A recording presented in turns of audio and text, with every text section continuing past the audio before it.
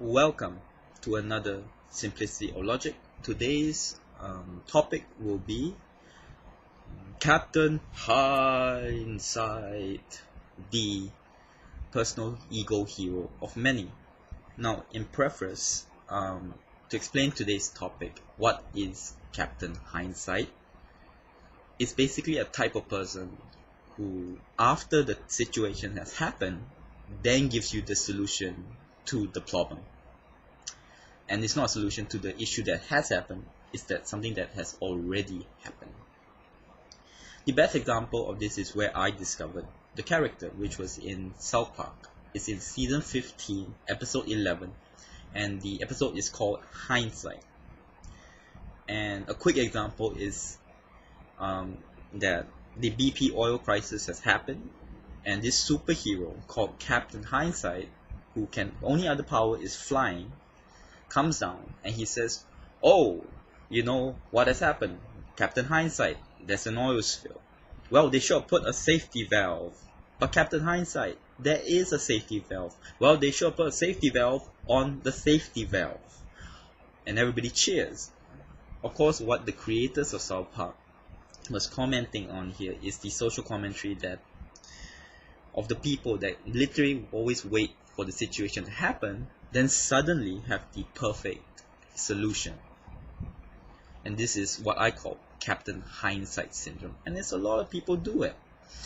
Now, I'm not perfect, but in this post, what I will be doing is I'll be explaining what constitutes a Captain Hindsight, and then what I feel is a solution to the issue mentally, which is the philosophy of Stoicism. Now, two examples from my personal life on what constitutes a Captain Hindsight. A simple example in more general terms is a stocks and shares one. Now, I personally have about, I think, close to 90% of all my wealth, personal wealth, in shares. Alright? I talk the talk, I walk the walk, I take my own risks. What a lot of people do is they always come to me, and some are bankers.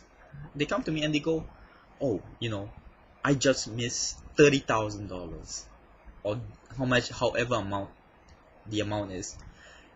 And of course you get a bit shocked and you go like, "Oh, what happened?" And they always go, "Oh, I was about to buy this share, but then I fell asleep or whatever reason, and then I woke up and I missed, and then the share appreciated.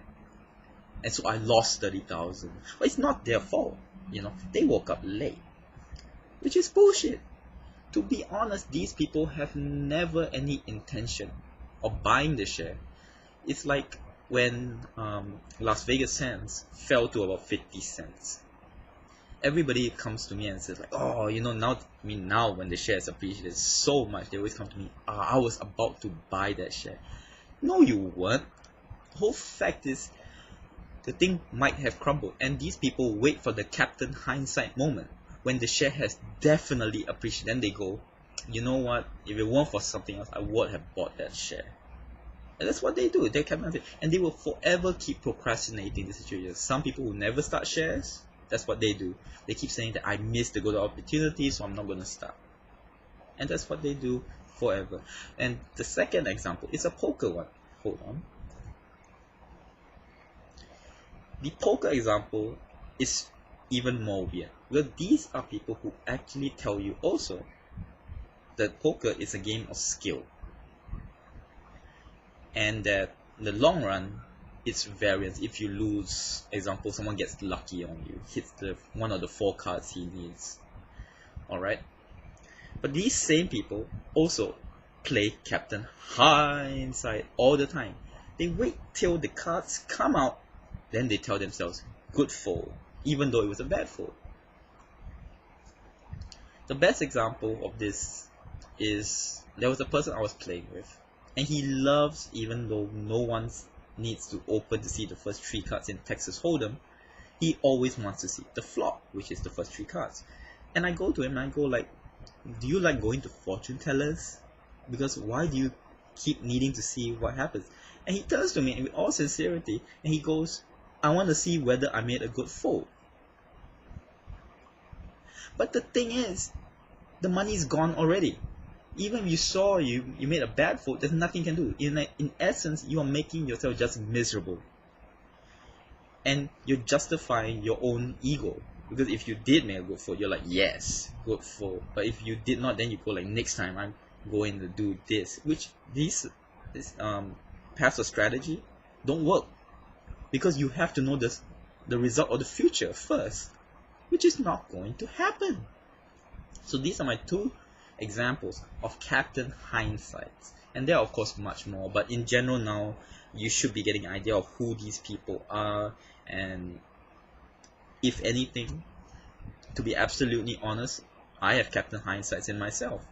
But I try not to be. And I try to be a better person by applying what I'm going to explain now, which is Stoicism. Now, what is Stoicism? It's a simple philosophy that simply states that the reason why you or anybody get angry is because things happen out of expectation. That means that something doesn't go as planned. So what they argue is that why not expect the unexpected so that you won't be surprised. In fact, you'll be prepared for the plot. Best example, this happened 2 days ago. I was at a bus stop, true story, and in Singapore, the buses tend to expect about 10 minutes to 12 minutes for each bus to arrive. But mine took half an hour, and past the 20-minute mark, I was getting really, really angry. But then I remembered Stoicism and Marcus Aurelius, and I calmed down. It became a very zen-like moment because it's like, what they argue is simple.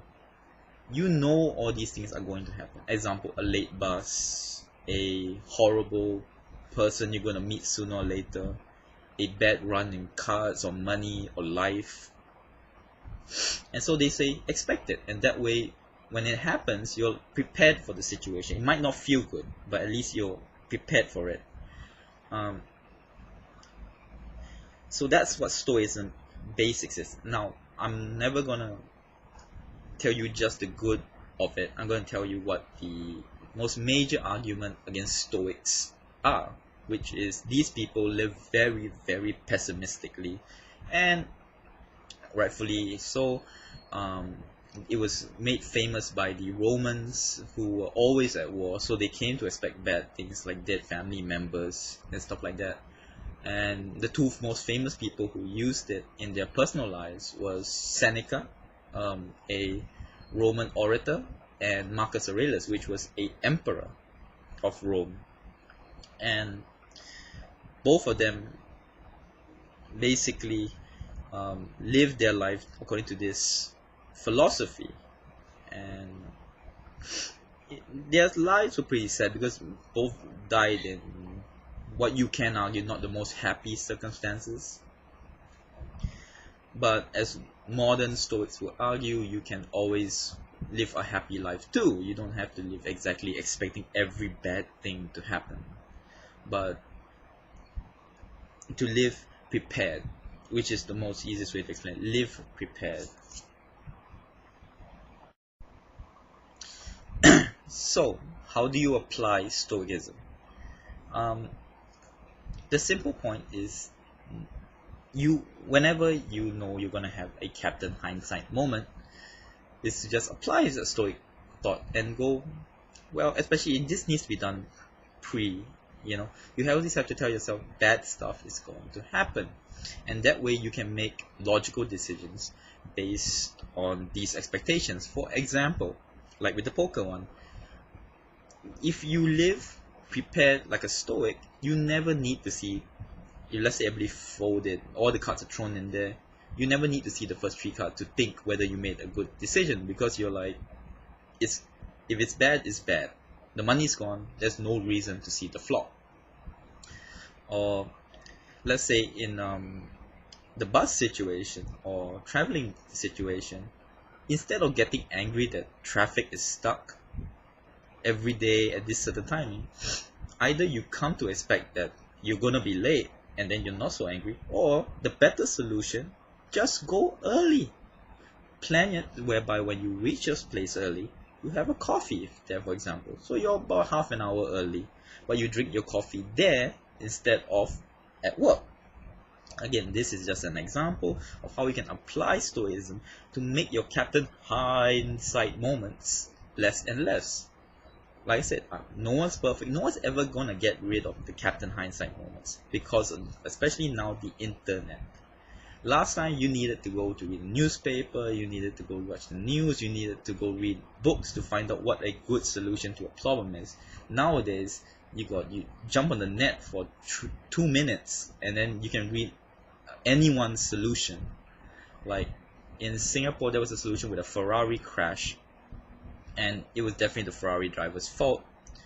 And one person's solution to having less car crashes with Ferraris is sell less Ferraris. That will solve the solution. Again, I'll just come out and say that's so stupid, and the reason is it's not the Ferrari that caused the problem. You can have 1,000,000 Ferraris. That doesn't mean that they will get into a crash. It's the driver. And again, people gave solutions to the driver, and again, we're not here to discuss that issue, but again, another Captain Hindsight moment is that someone actually came to me and told me that he thinks it's pretty true. Don't sell less Ferraris, and we had a talk on this exact topic. So that's how you apply Stoicism, and not placing this on anybody, but if you can see some of this Captain Hindsight happening to you, I hope this helps, and I hope you don't feel insulted, because this is just what I see is a truth, and more importantly, a belief. Alright? And if you're gonna get angry at me for something I think instantly, then I can't help it. We're never gonna be friends, to be absolutely honest, if you are gonna get angry at something for me which I really believe in. Especially if you're not willing to discuss it. I'm definitely willing to discuss whether Stoicism is good or bad, or what I'm saying is wrong. If you do, let me know, or put in the comments, and we can discuss that. On references, I'm gonna apply the links. I cannot apply the link for the South Park episode because that's legally wrong.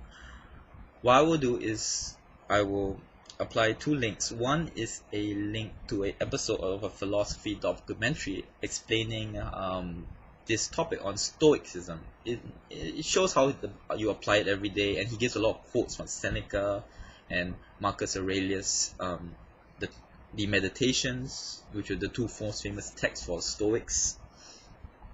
I will apply the links to the Stanford Encyclopedia of Philosophy, which will give you a very basic essay on Stoicism, and another link, and this is a lecture by it's called The Virtual University on Marcus Aurelius, and this really drives home how a Stoic should live, and I think it's a very good lecture. If you're not into lectures, try it out, see how you like it. I think it's quite life-changing.